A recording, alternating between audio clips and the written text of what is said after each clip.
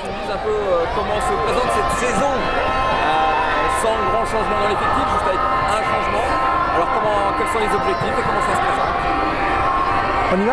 On y va. Alors comment se présente cette saison?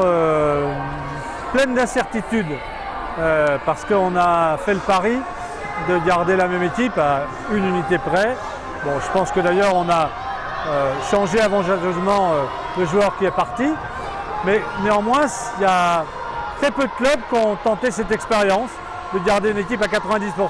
Donc on verra dans quelques mois si on a bien fait ou pas bien fait. Est-ce que ça pourrait être quand même une chance au moins au début de la saison? Oui, indéniablement c'est un avantage par rapport à la cohésion, et on aura besoin de cohésion au début pour le tour préliminaire de Coupe d'Europe, pour un début de championnat extrêmement difficile, avec 5 premiers matchs très compliqués. Donc ça c'est un avantage.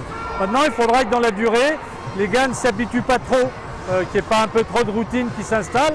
Et ça c'est aussi le risque, mais c'est le staff qui doit régler ces problèmes-là à l'entraînement en variant les systèmes de jeu, ce que Greg a commencé de faire, notamment en défense. L'année dernière, l'élan s'est offert un premier titre.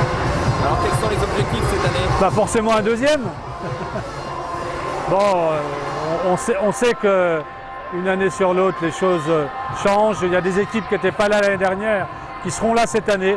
Moi j'ai vu Le Mans très fort, Gravelines a une très grosse équipe. Il faudra voir ce que va donner Nancy, Orléans qui maintenant a reconstitué une équipe de guerriers. Donc ça sera compliqué.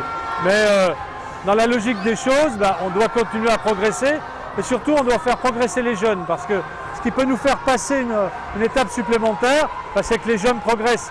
Je ne vois pas Lilian Eftimos, je ne vois pas Blake Shield progresser énormément.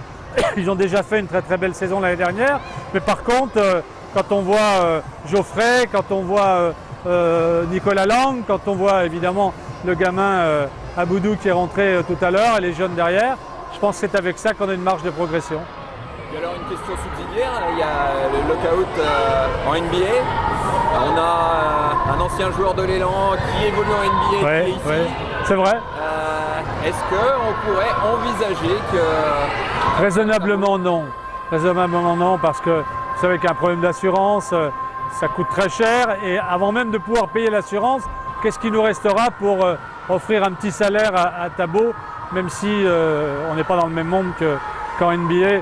Non, je ne crois pas. Puis la deuxième chose, c'est de se dire, si dans 3 semaines, dans 1 mois, dans 2 mois, ça redémarre, comment on fait comprendre aux joueurs qu'on a fait jouer quelqu'un, puis que maintenant, il faut prendre la suite, parce que ce garçon-là est parti.